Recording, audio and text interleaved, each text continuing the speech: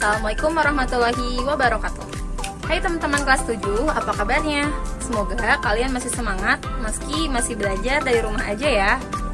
Nah, tiba saatnya kita mempelajari tentang sarana dan tahapan budidaya tanaman sayuran. Saya Bu Yolda, yuk simak pembelajaran kali ini. Kompetensi dasar yang akan kita pelajari adalah KD 3.2, yaitu memahami tahapan budidaya tanaman sayuran, dan KD 4.2, mempraktikkan tahapan budidaya tanaman sayuran. Teman-teman, apakah kalian pernah menanam sayuran? Nah, tahukah kalian bahan apa saja sih yang diperlukan untuk melakukan budidaya tanaman sayuran? Bahan-bahan yang digunakan dalam sarana budidaya tanaman sayuran ada 5 loh teman-teman. Yang pertama itu benih, kedua bibit, ketiga pupuk, keempat pestisida, dan yang kelima media tanam. Nah, tahukah kamu kira-kira benih sayuran apa ini?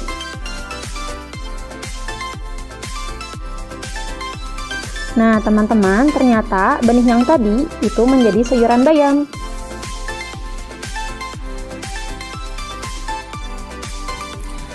Nah, teman-teman, bagaimana pendapat kalian? Awalnya, benih tadi yang sangat begitu kecil, jika ditanam dan kita pelihara, bisa menjadi makanan yang bisa kita konsumsi. Tuliskan pendapat kalian ya.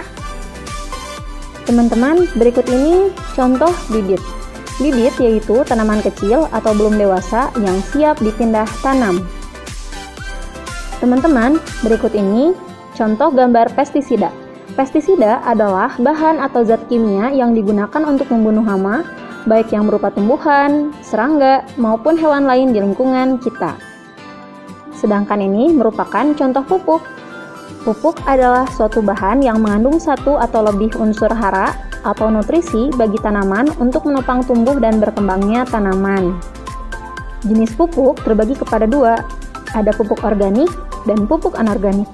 Pupuk organik jenis-jenisnya ada pupuk kandang, pupuk hijau, pupuk kompos, pupuk hayati, humus, pupuk serasah, dan pupuk organik cair. Sedangkan pupuk anorganik, jenis-jenisnya adalah pupuk urea, pupuk ZA, pupuk Ponska atau NPK, pupuk SP36 atau SP18, pupuk TSP, dan pupuk KCL. Contoh media tanam bisa dilihat ya di sini teman-teman. Media tanam adalah media yang dapat digunakan untuk menumbuhkan tanaman dan tempat berpegangnya akar untuk mengokohkan tanaman. Media tanam umumnya berupa tanah. Aneka media tanam antara lain arang, batang pakis, kompos, mos, pupuk kandang, sabut kelapa, sekam padi, dan humus. Nah, teman-teman, sekarang kita simak yuk alat apa saja sih kira-kira yang kita butuhkan untuk membudidayakan tanaman sayuran.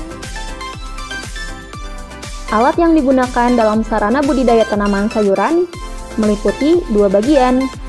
Yang pertama, alat pengolahan tanah, dan yang kedua, alat pengolahan tanaman. Apa fungsi cangkul? Cangkul adalah satu jenis alat tradisional yang digunakan untuk menggali, membersihkan tanah dari rumput, ataupun untuk meratakan tanah. Cangkul masih digunakan hingga kini. Pekerjaan yang lebih berat biasanya menggunakan bajak. Apa fungsi sekop? Sekop merupakan peralatan taman yang fungsi utamanya adalah untuk menggali tanah. Sekop taman juga bisa berfungsi untuk membantu kamu memindahkan tanaman dari satu tempat ke tempat lainnya. Nah teman-teman, apa sih fungsi garpu? Garpu tanah injak adalah alat bercocok tanam yang digunakan untuk menggemburkan tanah dan juga untuk meratakan pupuk di kebun, terutama pupuk kandang. Selain itu, alat ini juga dapat digunakan untuk membersihkan kebun kalian dari sampah. Apa fungsi sprayer? Fungsi utama sprayer adalah untuk memecahkan cairan yang disemprotkan menjadi tetesan kecil atau droplet dan mendistribusikan secara merata pada objek yang dilindungi. Ukuran butiran cairan mempengaruhi efisiensi penangkapan, penyimpangan, dan penetrasi. Apa fungsi gembor? Gembor atau penyiram tanaman adalah wadah berbentuk seperti cerek besar yang biasanya memiliki pegangan dan corong dan digunakan untuk menyirami tanaman dengan tangan. Apa fungsi koret? Koret adalah alat kebun yang dapat digunakan untuk memotong rumput, menggali atau menggemburkan tanah, dan bahkan dapat digunakan sebagai perata semen. Nah, sekarang teman-teman, mari kita simak tahapan budidaya tanaman sayuran. Tahapan budidaya sayuran meliputi 6 proses, yang dimulai dari pembibitan, pengolahan tanah, persiapan media tanam, penanaman, pemeliharaan, panen, dan yang terakhir, pasca panen.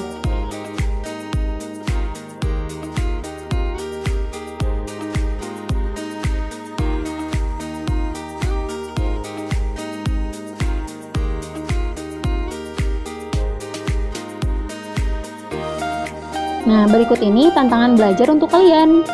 Yuk, lakukan observasi agar makin paham sarana dan tahapan budidaya tanaman sayuran. Yuk, simak langkah tantangan belajarnya. Yang pertama, lakukan observasi dengan mengamati tempat budidaya sayuran sekitarmu. Yang kedua, lakukan wawancara pada petani tanaman sayuran dan tanyakan hal-hal berikut. Apa jenis tanaman sayuran yang dibudidayakan? Apa sarana produksi atau bahan dan alat yang diperlukan? Bagaimana memilih bahan yang baik? Bagaimana tahapan budidaya yang dilakukan mulai dari pemilihan bibit sampai pasca panen? Apa kesulitan yang dihadapi dalam proses budidaya? Dan apa keunggulan tanaman sayuran yang dibudidayakan? Jika tidak ada tempat budidaya di lingkunganmu, carilah informasi meliputi poin-poin observasi tadi dari buku atau internet. Kemudian, tulislah laporan hasil observasimu. Sertakan gambar atau foto untuk visualisasinya. Setelah melakukan observasi, saatnya melakukan praktik budidaya. Nah, teman-teman, penting sekali ya untuk kalian dalam memahami proses menyusun rancangan budidaya tanaman sayuran. Meliputi aspek-aspek berikut ini ya. Yang pertama, kalian sudah menyiapkan ide atau gagasan awal. Kemudian, menentukan jenis tanaman sayuran yang akan dibudidayakan. Lalu, menentukan tempat budidaya tanaman sayuran, apakah dilakukan di pekarangan, atau kebun, atau polybag, atau pot. Kemudian, kalian bisa membuat jadwal kegiatan budidayanya. Kemudian, menyusun kebutuhan bahan dan alat. Nah, proses budidaya dimulai dan intens melakukan pengamatan.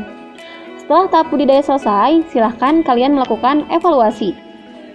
Berikut ini adalah tips untuk praktik budidaya tanaman sayuran. Yang pertama, hati-hati saat menggunakan alat pengolahan tanah.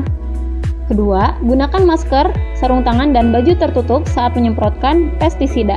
Yang ketiga, gunakan alas kaki berupa sepatu boot saat bekerja di kebun atau lahan. Keempat, gunakan sekop dan sarung tangan saat menanam.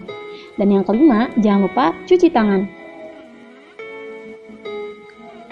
Teman-teman, jangan lupa catat ya progres penanaman sayuran di laporan pengamatan.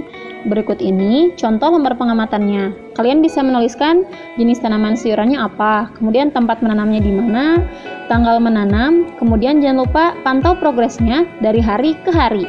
Hari pengamatan, kemudian tinggi tanamannya bertambah berapa senti, jumlah daunnya bertambah berapa, kemudian jangan lupa tambahkan keterangan ya di lembar pengamatannya.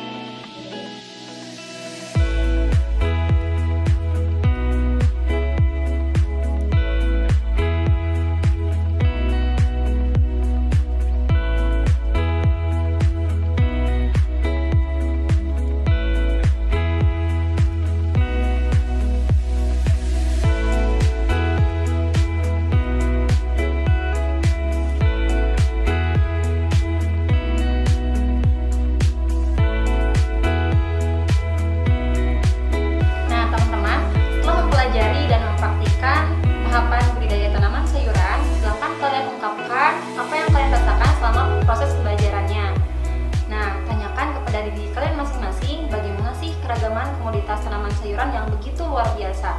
Pasti sangat berbeda ya, setiap daerah kalian masing-masing komoditas seperti apa. Kemudian saat proses observasi, mungkin ada kendala ya observasinya di tengah pandemi seperti ini apalagi. Jadi kalau misalnya observasinya mungkin terkendala, bisa jadi kalian cari melalui studi internet. Jadi kalian bisa mencari bagaimana poin-poin observasi pengamatan tahapan budidaya tanaman sayuran yang sudah ada. Nah, kalau misalnya kalian sudah melakukan observasi, nanti kalian pun bisa mengevaluasi bagaimana sih pengalaman kalian selama melakukan proses budidaya tanaman sayuran. Tentu saja, setiap kalian punya kendala masing-masing dan tantangan yang sangat berbeda. Kalian boleh menuliskannya, dan nanti kita akan sama-sama kilas balik pada prosesnya. Bagaimana sih semua proses itu mempengaruhi diri kita sebagai individu sosial yang bisa mensyukuri komoditas tanaman sayuran yang telah dianugerahkan oleh Allah. Oke, sip teman-teman, terima kasih sudah menyimak pembelajaran kali ini. Semoga pembelajaran yang kita sama-sama simak bermanfaat dan bisa menjadi poin penting agar kita bisa semakin melestarikan budidaya tanaman sayuran ke depannya. Saya Bu Yolda, SMP Hikmah Teladan. Terima kasih.